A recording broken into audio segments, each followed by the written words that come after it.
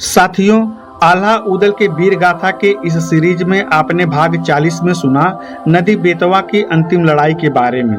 इसमें आपने जाना कि ऊदल और लाखन ने किस तरह से पृथ्वीराज की सेना का मुकाबला किया। न सिर्फ मुकाबला किया बल्कि बेतवा नदी की लड़ाई में जीत हासिल की। इसके बाद आल्हा, ऊदल, लाखन, धनवा तेली, तालहन सैयद अपने तमाम सेनापतियों के साथ महोबा में वापस प्रवेश कर चुके थे। समय ऐसे ही आनंद से बीत रहा था। अब इस कहानी में आगे बढ़ें उससे पहले आपसे वही रिक्वेस्ट कि अगर आप हमारे चैनल पर पहली बार आए हैं तो चैनल को सब्सक्राइब करें, वीडियो को लाइक करें और ज़्यादा से ज़्यादा शेयर करें। अब आते हैं कहानी पर। इस भाग में हम जानेंगे ऊदल के हरण के बारे में।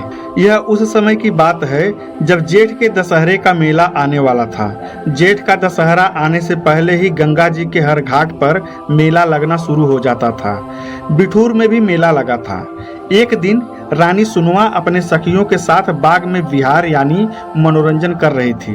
तब रानी सुनवा ने मेला जाते यात्रियों को देखा तो उसके मन में भी मेला जाने का विचार आया। महल में आने पर रानी सुनवा ने ऊदल को बुलाकर बिठूर के गंगा जी में डुबकी मारने का विचार व्यक्त किया और कहा कि बिठूर का मेला देखने की जिज्ञासा मेरे मन में बहुत दिनों से है। मेरी यह आशा क्या तुम पूरी कर सकते हो? तब ऊदल ने कहा, क्यों नहीं, इसकी आज्ञा आल्हा भैया से लेना पड़ेगा। यदि आल्हा भैया ने आज्ञा दिया तो हम अवश्य चलेंगे। सुनवा भाभी की बात मानकर ऊदल आल्हा के पास गए और आल्हा से इस बारे में बात की। तब आल्हा ने ऊदल से कहा कि इस बिठूर के मेले में बहुत दूर दूर से राजा अपने अपने सैनिकों के साथ आ रहे हैं। ऐसे में अगर तुम वहां जाओगे तो बेवजह कहीं किसी से कोई लड़ाई झगड़ा न हो जाए। इसलिए इस बार रहने दो। अगले मेले में अपने भाभी को लेकर जाना और बिठूर के गंगा में स्नान करवा लाना। ऊदल ने कहा कि भैया, मैं आपसे वादा करता हूं कि मैं किसी से झगड़ा नहीं करूंगा। जब तक कोई मुझे छेड़ेगा नहीं तब तक मैं किसी से किसी भी तरह का झगड़ा नहीं करूंगा। पहली गलती और दूसरी गलती पर मैं किसी से कुछ नहीं कहूंगा, लेकिन अगर तीसरी गलती किसी ने किया तो मैं उसे माफ भी नहीं करूंगा। मैं अपनी तरफ से किसी से झगड़ा नहीं करने का आपको वचन देता हूं। आप मुझ पर भरोसा करें और बिठूर के मेले में जाने का आज्ञा दें, क्योंकि मैंने भाभी सुनवा को वचन दे दिया है बिठूर के मेले में ले जाने का। अपना वचन मैं पूरा कर सकूं, इसके लिए आपकी आज्ञा की जरूरत है। आल्हा ने ऊदल को पहले तो मना ही किया था, फिर ऊदल ने किसी से झगड़ा न करने का भरोसा दिया तो अनुमति दे दी। फिर ऊदल ने अपनी सैनिक टुकड़ी तैयार की और सुनवा को इसकी सूचना दे दी। फिर सुनवा और फुलवा दोनों तैयार हो गई और मेले में जाने के लिए डोले में बैठ गई। ऊदल अपने साथ जगनीक और कुछ फौजों को साथ लेकर बिठूर पहुंच गए। वहां रेती में अपना डेरा डाल दिया। पास ही झुन्नागढ़ की सोभिया नाम की नटनी का भी डेरा था। वह मेले में आए तमाम राजाओं के तंबू में जाकर नाच गाना करती, अपने करतब दिखाती और पुरस्कार लेकर वापस अपने तंबू में आ जाया करती थी। उसे जब पता चला कि महोबा से ऊदल भी अपनी सेना के साथ मेला देखने आया है तो वह खुशी हुई। उसने ऊदल के पराक्रम की कहानी बहुत सुनी थी, परंतु ऊदल को कभी देखा नहीं था। उसके मन में जिज्ञासा थी ऊदल को देखने की। अब वह तमाशा करती हुई ऊदल के डेरे तक आ गई। जब उसने ऊदल को देखा तो वह ऊदल की दीवानी हो गई। ऊदल को पाने के लिए योजना बनाने लगी और आज्ञा पाकर ऊदल के तंबू में अपना नाच और तमाशा दिखाने लगी। तमाशा देखकर सब प्रसन्न हुए, परंतु सोफिया नटनी के मन में तो सिर्फ ऊदल को पाने का योजना चल रहा था। नटनी ने सोचा कि अगर मैं जादू से ऊदल पर वार करती हूँ तो उसमें भी सफल नहीं होऊंगी, क्योंकि सुनवा को जादू की महारत हासिल है। अगर सुनवा को पता चल गया तो मेरी तो जान पर बन आएगी। नटनी ने सुनवा को गहनों से लदे देखा था और सुबह नटनी को एक तरकीब सूझी। जब सवेरे ऊदल अपने भाभी को और कुछ सैनिकों को साथ लेकर स्नान को गए तो सुनवा ने सारे गहने डिब्बे में संभाल कर रख दिए और कुछ सैनिकों को वहां छोड़कर सभी स्नान करने को चले गए।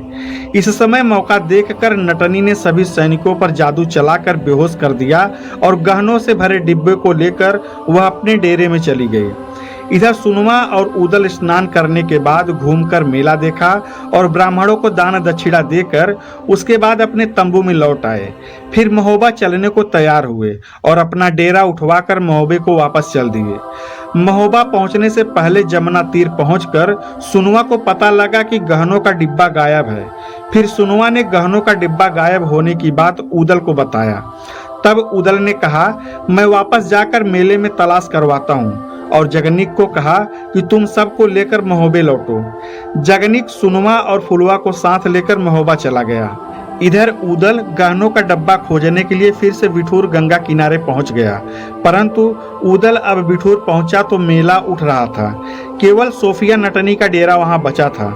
उदल ने नटनी से अपने आने का कारण बताया, परंतु वह यह क्यों बताती कि गहनों का डब्बा उसी ने जादू से चुरा लिया है। उसने उदल से कहा, मैं तुम्हारी मदद करती हूँ और सारे नटों को गंगा में जाल डालने के लिए कहती हूँ। सारे नट गंगा में जाल डालकर पानी छान लेंगे तो डिब्बा मिल जाएगा। तुम गहनों के डब्बे की चिंता मत करो, वह तो मिल ही जाएगा। बेफिक्र होकर तब तक मेरे साथ चौसर खेलो। उदल चौसर खेलने लगा। डिब्बा तो न मिलना था न मिला। उदल को साहस नहीं हुआ कि बिना डिब्बा तलाश किए वह महोबा जाए, और उदल नटनी के साथ चौसर खेलने लगा। उदल को आने वाले खतरे का कोई अंदाजा नहीं था। नटनी तो जादूगरनी थी। उसने मौका देखकर उदल को तोता बना लिया और फिर अपना तंबू उखड़वा कर अपने साथ ले गई, और नटनी अपने राज्य जूनागढ़ पहुंच गई। अब वह रोज रात को उदल को मर्द बना लेती और सुबह होते ही फिर तोता बनाकर पेड़ पर टांग देती थी। नटनी ने उदल से विवाह का प्रस्ताव रखा तो उदल नहीं माना। उदल ने कहा, क्षत्रिय चोरी से विवाह नहीं करते। तुम मुझे छोड़ दो तो मैं बारात लेकर तुम्हें ब्याह कर ले जाऊंगा। परंतु नटनी को यह मंजूर नहीं था। नटनी यह भी जानती थी कि अगर उदल महोबा नहीं पहुंचे तो आल्हा उसे ढूंढने के लिए निकल पड़ेंगे, फिर तो उसका बचना मुश्किल था। इसलिए नटनी दिल्ली पहुंची। उसने राजा पृथ्वीराज को अपना खेल दिखाया और राजा को खुश हो जाने पर राजा से धन नहीं शरण मांगी। उसने कहा कि महाराज, मैंने उदल को तोता बना लिया है, आप मुझे अपने राज्य में शरण दे दें तो मैं उससे विवाह कर लूंगी। परंतु पृथ्वीराज ने इससे साफ इनकार कर दिया और कहा कि आल्हा से मैं बैर मोल नहीं ले सकता। तुम्हारे लिए मैं अपने राज्य को नष्ट नहीं करवा सकता। नटनी वहां से निराश हुई। उसके बाद फिर वह और कई राजाओं के पास गई, परंतु किसी ने उसको शरण नहीं दिया। जो भी राजा महोबा की बात सुनता तो वह उसको शरण देने से मना कर देता, क्योंकि बिना अपने लाभ के कोई जोखिम में जान डाले भी तो क्यों।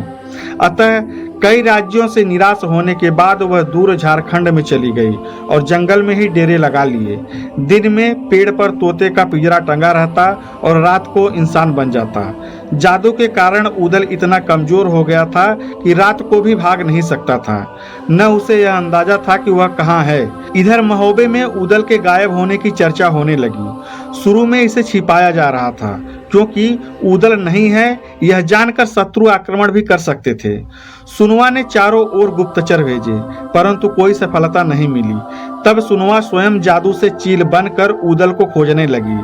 विठूर, कामरू, सिलहट, बिजहट, जूनागढ़, दिल्ली शहर, सुनवा चील बनकर हर जगह खोजती रही, परंतु उदल का कहीं पता नहीं चला। आखिरकार वह भी झारखंड के जंगल में पहुंच गई। झारखंड के जंगल में इमली के पेड़ पर एक पिंजरे में तोता देखा तो सुनवा ने पहचान लिया।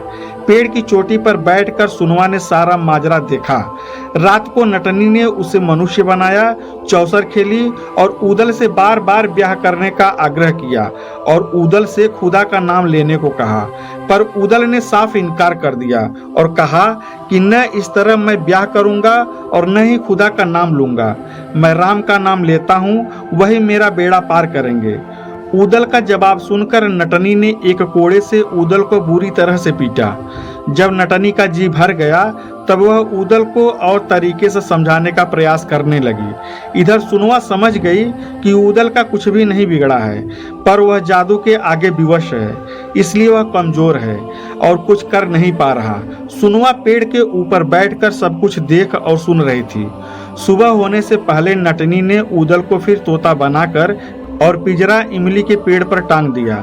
जब नटनी सो गई तो चील बनी सुनवा ने चोंच में पिंजरा उठाया और लेकर उड़ चली।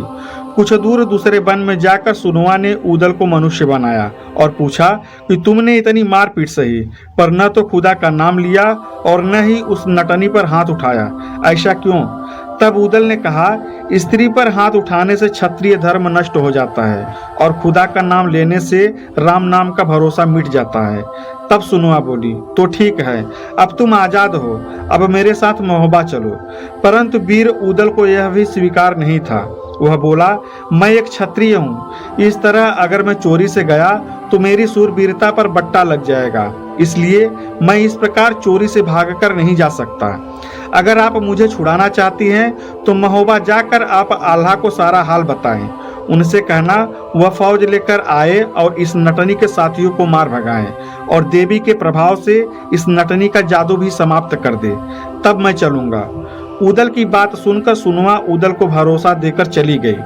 महोबा पहुंचकर रानी सुनुआ ने वीर आल्हा को जब सारा हाल सुनाया तो आल्हा गुस्से में तमतमा गए और उन्होंने तुरंत अपनी सेना को तैयार होने का आदेश दे दिया। फिर तो डंका बज गया और सभी वीर तैयार होकर झारखंड के जंगल के लिए चल पड़े। आल्हा, जगनीक और इंदल को साथ लेकर सेना सहित चल पड़े। सुनुआ चील बनकर आगे आगे रास्ता दिखा रही थी। आल्हा बहुत जल्द ही अपनी सेना के साथ झारखंड के जंगल में पहुंच गए, जहां पर उदल को तोता बनाकर नटनी ने रखा था। उससे 2 कोस पहले ही आल्हा ने तंबू गाड़ दिया।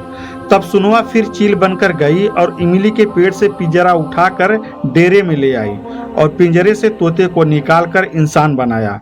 उदल को देखकर आल्हा प्रसन्न हुए। उदल ने चरण छूकर आल्हा को प्रणाम किया। आल्हा ने उदल के धर्म पालन की प्रशंसा की। इधर सोफिया को आल्हा के आने का पता चल गया। फौज आई देखकर सोफिया नटनी ने अपने भाई सहुआ को बुलवा लिया। सहुआ अपने 9000 नट सैनिकों के साथ हथियार लेकर मुकाबले को खड़ा हो गया। तब उदल के संकेत पर आल्हा ने तोपें चलवा दी। तोपों के गोले से नटों के चिथड़े उड़ने लगे। गोलियां चली और बाण भी चले। झारखंड के जंगल में तलवारों की आवाजें गूंज उठी। भयंकर मारकाट मच गया। 1000 नट कुछ ही समय में मारे गए तो सहुआ घबरा गया। सोफिया ने जब नटों की हार देखी तो सोफिया ने जादू से आग बरसा दी, जिससे महोबे के सिपाही जलने लगे। फिर सुनुआ ने अपने जादू से पानी बरसा दिया। फिर सोफिया और सुनुआ में जादू की मार होने लगी, परंतु सुनुआ के सामने सोफिया की एक न चली। इस प्रकार जादू में भी अपनी हार देखकर सोफिया नटनी घबरा गई। सोफिया के हर जादू की काट सुनुआ के पास थी। सुनुआ ने अब नरसिंह और भैरव वाली चौकी बैठाई और नटों पर ऐसा जादू मारा कि नट भाग निकले। सोफिया तब सुनुआ पर झपट पड़ी। फिर दोनों में गुत्थम गुत्था होने लगा। तभी इंदल वहां पहुंच गया। इंदल ने घोड़े से उतरकर छुरी से नटनी का जूड़ा काट लिया। जूड़ा कटते ही उसकी जादुई शक्ति बेकार हो गई। सोफिया छूटकर वहां से भागी और सीधा झुन्नागढ़ अपने शहर की ओर चली गई। तब आल्हा भी अपनी फौज लेकर झुन्नागढ़ पहुंचे और कुछ दूरी पर डेरा डाल दिया। वहां के राजा ने लश्कर देखा तो अपना हरकारा भेजकर पता किया। लौटकर हरकारे ने बताया कि महोबे की फौज बाग में डेरा डाले पड़ी है। सेनापति हीरा मोती भेंट लेकर आल्हा के पास पहुंचे।